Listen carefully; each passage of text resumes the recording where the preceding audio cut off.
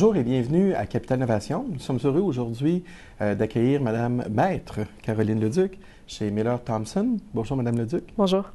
Miller Thomson est une société spécialisée dans le droit des hautes technologies, des entreprises émergentes et croissantes dans le domaine des technologies.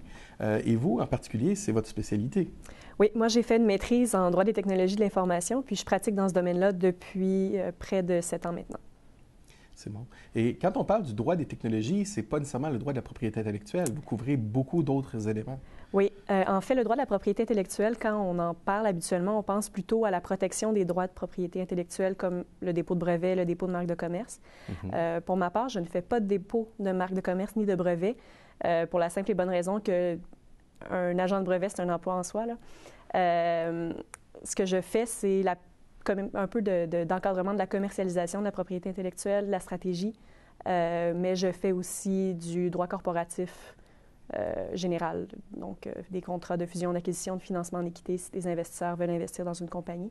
Et mon background en technologie m'aide à mieux comprendre les aspects technologiques dans le cadre de la vérification diligente, entre autres. Entre autres. Donc, vous connaissez bien les licences, toutes les notions de propriété intellectuelle, mais dans un cadre d'affaires. C'est ça, c'est exactement ça, dans le fond. Ce que je fais, j'aide l'entrepreneur à commercialiser sa technologie au moyen d'une licence. Okay. Donc, le monde des startups, des entrepreneurs, des entreprises en démarrage, c'est quelque chose que vous connaissez bien. Oui, je travaille avec des startups depuis le début de ma pratique, donc depuis près de 7 ans maintenant. J'ai été impliquée dans diverses initiatives en lien avec l'entrepreneuriat. Et j'ai accompagné plusieurs petites entreprises technologiques émergentes. Du début, au fond, de leur constitution jusqu'à un financement, une ronde de financement en équité.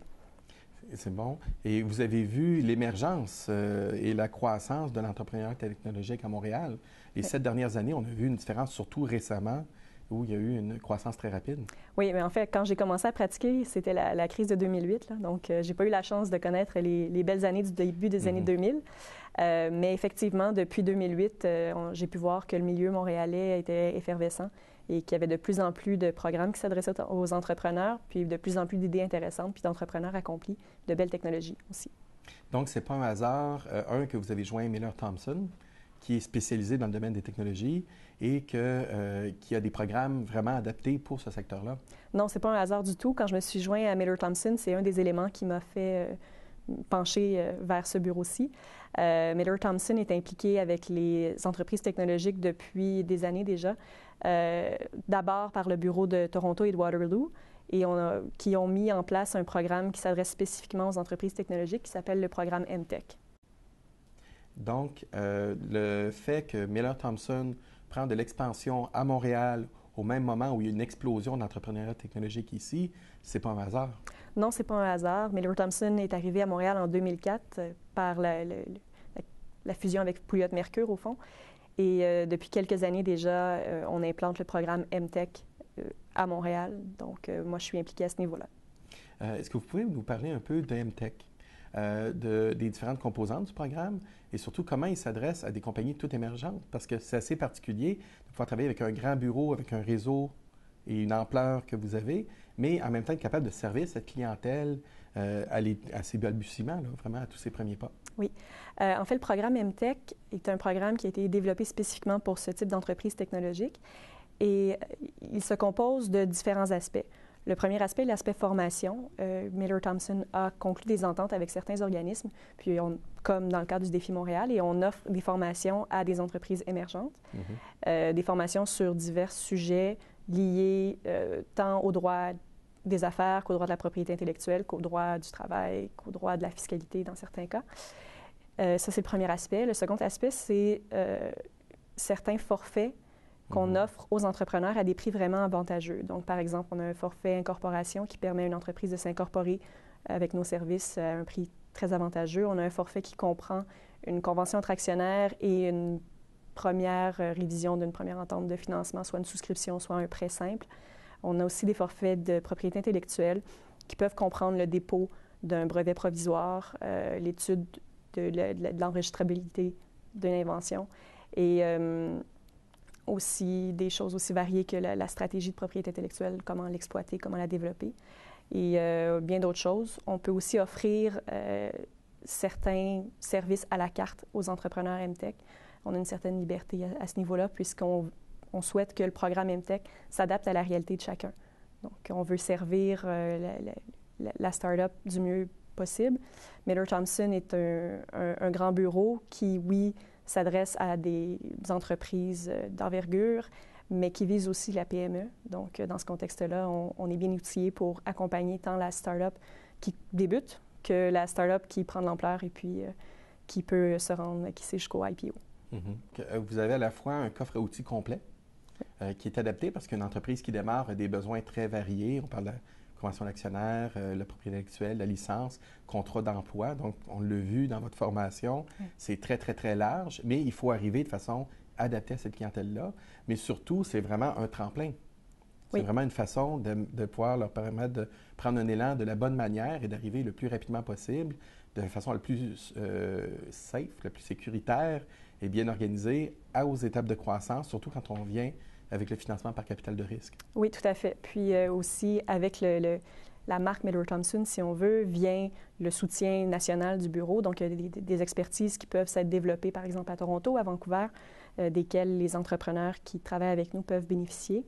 Et quand on s'adresse à un investisseur, savoir que l'entrepreneur a travaillé avec un bureau d'envergure nationale, c'est déjà une certaine garantie que le travail corporatif, que le travail de protection des actifs intellectuels a bien été effectué.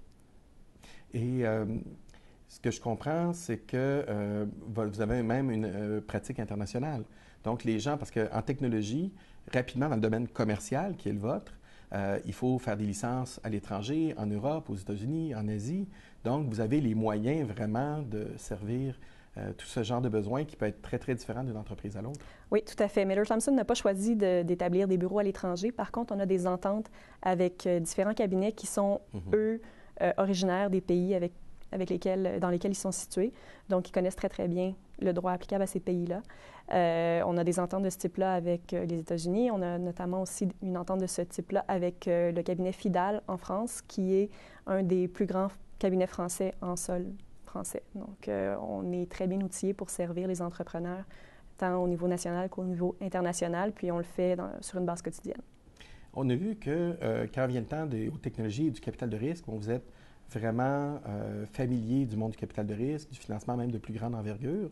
Ce qui est intéressant dans votre cas, c'est que le côté aussi commercialisation, c'est les deux grands leviers de développement des entreprises.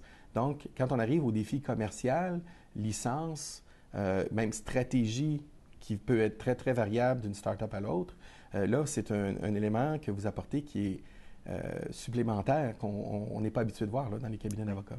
Oui, bien, en fait, comme je disais tout à l'heure, on a divers professionnels qui ont divers champs d'expertise dans chacun de nos bureaux, mais notamment à Montréal, certains professionnels qui travaillent en investissement en équité, qui représentent des institutions, des fonds de capital de risque. Donc, ils ont acquis une certaine connaissance puis une expérience de ce que ces acteurs-là souhaitent dans les entreprises dans lesquelles ils investissent. Et on a aussi des avocats qui sont spécialisés dans le service de la PME, dans les technologies. Donc, toute cette expertise-là mise ensemble fait en sorte qu'on est très, très bien outillé, justement, pour servir la start-up, puis qu'on essaie c'est ce qu'on essaie de faire avec ces entreprises-là, au jour le jour, au quotidien. Dans votre pratique, justement, avec les startups, votre expérience, quels sont les éléments, quand vous rencontrez les entrepreneurs en général, qui sont des défis importants pour l'entrepreneur et où vous voyez que souvent votre apport peut faire une différence? Bien, notamment, au départ, quand un entrepreneur lance son entreprise, surtout quand on parle d'entreprise technologique, ils n'ont pas beaucoup d'actifs tangibles. Donc, pour donner une certaine valorisation plus concrète pour un investisseur, par exemple, qui voudrait investir dans la compagnie, c'est très important de bien protéger la propriété intellectuelle. À ce niveau-là, on peut les aider, mais aussi on peut les aider à identifier qu'est-ce qui mérite une protection ou investir leur argent, parce qu'on est très conscient que la principale considération de ces entreprises-là, au fond, elle est monétaire dès le départ. Donc, à ce niveau-là, ça peut être un bon apport. Puis, aussi, évidemment, les aider à ne pas commettre des erreurs qui leur coûteraient une fortune à réparer dans le futur. Donc, par exemple, dans leur licence, s'assurer que les bonnes clauses s'y trouvent. Aussi, les aider à négocier puis à discuter avec des financiers ou des investisseurs en équité qui voudraient prendre part dans leur capital action.